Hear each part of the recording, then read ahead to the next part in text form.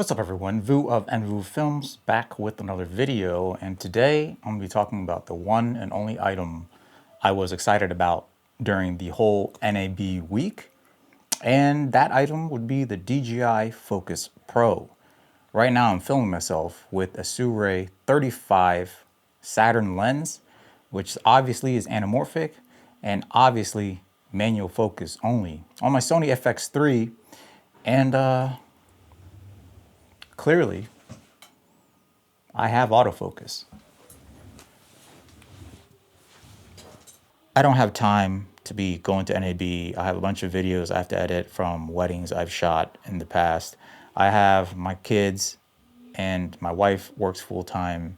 My son has therapy every day. My daughter obviously goes to school every day, and I just don't have time to be rolling out to NAB to look at stuff that's going to be covered on YouTube by 80 different tube douchers. In my opinion, the DJI Focus Pro works really well. It is quite good. Is it as good as Sony FX3 or any of the newer Sony autofocus systems? Not really. The various levels of control you would have with the in-body, in-camera autofocus system. But as a filmmaker, it does everything I need it to do. It autofocuses, it tracks the subject that you're trying to focus on, and it has a little small touchscreen, just enough for you to press what you want to focus on, do different selections. Everything you need to get going as a solo creator, as a run and gun filmmaker who needs to focus on their composition without having to fiddle around with manual focus, and of course, not needing someone to wirelessly follow focus for you. If you just need to be able to film and have things in focus as you're going about your day, run and gun filmmaking, whatever, I highly recommend the DJI Focus Pro for you. I would like to firstly say that I did not get this DJI Focus Pro from DJI for review. I have no affiliation with DJI. They don't talk to me. I don't have a rep that talks to me or anything like that. I bought it with my own money. Matter of fact, when it was first announced, I could not find it in stock anywhere. So I got desperate. I was like, all right, I'm going to try to reach out to some of these DJI reps out here. And because clearly they have sent 50 different copies of the DJI Focus Pro to all these tube douchers that are doing all these like early reviews or whatever. They must have something. So what if I offer to pay for it and then they would expedite it? But I emailed a couple reps. I emailed like customer service and all that stuff. No answer. No one replied to me. So luckily I found it on B&H and I bought it off B&H, and unfortunately I had to buy like the full-blown all-out combo, not the creator combo. And I have like that wireless control system that I probably won't be using anytime soon, but it is what it is. So you know for a fact that my thoughts on this DJI Focus Pro is just my thoughts alone. I'm not influenced by like the brand or anything like that. That said, guys, I'd like to recommend the HoloLens Mars M1 Max monitor, which is what I have to use right now because my Sony FX3 and pretty much any Sony screen is complete trash. And yes, the Sony FX3 can do anamorphic de-squeeze in camera. However, with that trash screen and then also de-squeezing the footage, can't see a damn thing. And as I was testing this DJI Focus Pro, I really needed to be able to see what it was doing so that I could slowly build trust into the system so that maybe eventually I don't need that monitor and I could just trust that the DJI Focus Pro is working as it's supposed to and is focused on what it's supposed to. And all I need is just a little glance at the Sony monitor to just be like, okay, that's in focus. But right now, especially during this testing period, I have to make sure things are in focus. Even at this point, for me to know what's going on, because the HoloLens Lark, and even right now for me to know and to make sure everything's in focus, nothing is like pumping, I'm using the HoloLens Mars M1 monitor. It has a built-in wireless system so that if you have an app on your tablet or your phone, you could just wirelessly connect to the HoloLens built-in Wi-Fi, and then you could pretty much get that wireless image transmitted right onto your phone via the HoloLens app. And of course, it has all of the standard functions you need with a monitor. So I could have it here, I could have it on my phone at the same time. I think it's up to like 10 devices or something like that. And with this particular tablet, my Lenovo Y700, it has two USB-Cs and both of them could do video output. So I could actually output this into even a larger monitor, a screen or something like that if I needed it. So very awesome system. And I actually prefer using it over my Atomos Ninja V Plus. Pretty much the V Plus, the one benefit it has is the fact that it could do ProRes RAW internally, but obviously I don't do that all the time. And if I had a choice, I'd rather just use the Hololens Mars M1 just for the wireless feature alone. So there's that. And of course, because of the whole situation with and because I do have to rig the monitor and the DJI Focus Pro handle, the motor and all that stuff to my FX3, I need a cage, and I am also using a V-mount battery to power everything so that I know I'm going to have power for like a good chunk of the day as I'm filming. So I'm using the Came TV 99C V-mount battery to power the handle, to power the monitor. And if I wanted to, I could also power the FX3 because it has a bunch of outputs, USB-C, D-tap, and I could just power everything. And with the setup I have with the battery mounted to the back of the top handle, I could put the V-mount battery on my chest, hold the rig like this, and be comfortable for most of the day. And then some of you will be like, well, Vu, you have an FX3, it already has built-in autofocus. Why are you trying to use this DJI focus system? Well, the point is, there's a bunch of manual focus lenses out there that I would love to use. And primarily, they're all just anamorphic. And I think nothing is better for me than the Sirui Saturn anamorphic series. So right now I'm using the 35, which I purchased with my own money. Sirui did send me the 50 millimeter version when it was announced for me to do a review. So I did a review of it already. So I already paid for this one with a YouTube review.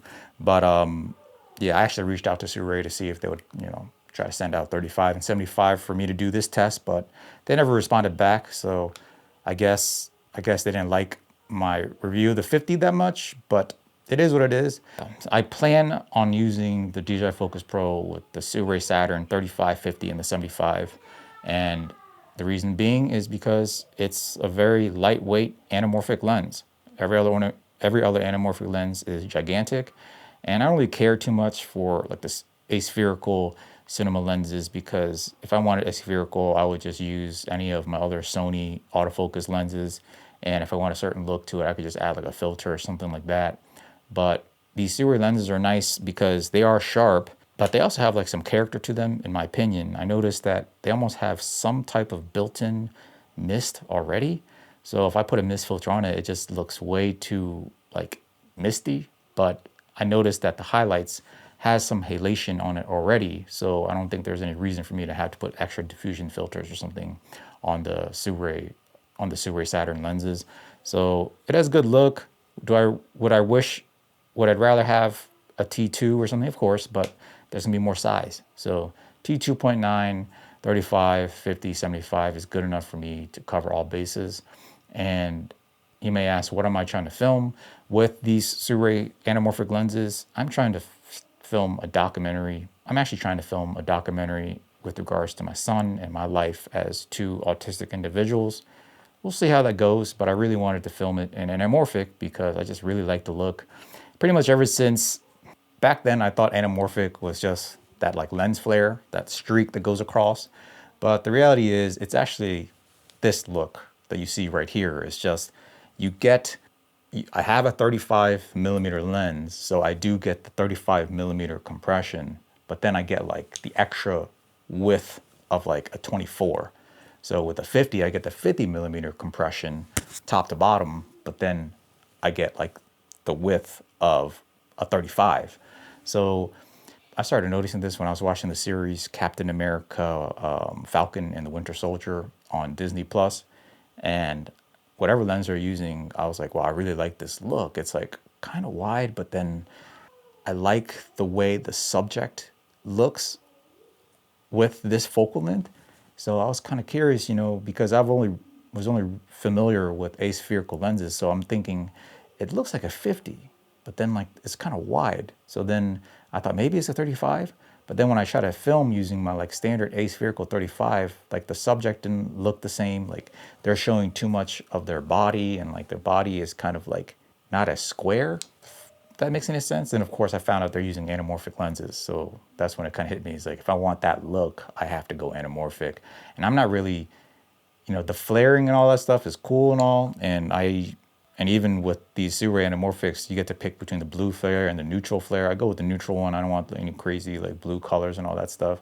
I really just like this wider look, but like the compression of like a standard lens. And then I also like the bokeh, how it's oval, and it really represents the overall look I want to have with the films I produce. And right now I'm actually contemplating if I want to try filming a wedding that I have this weekend with anamorphic using this DJI Focus Pro.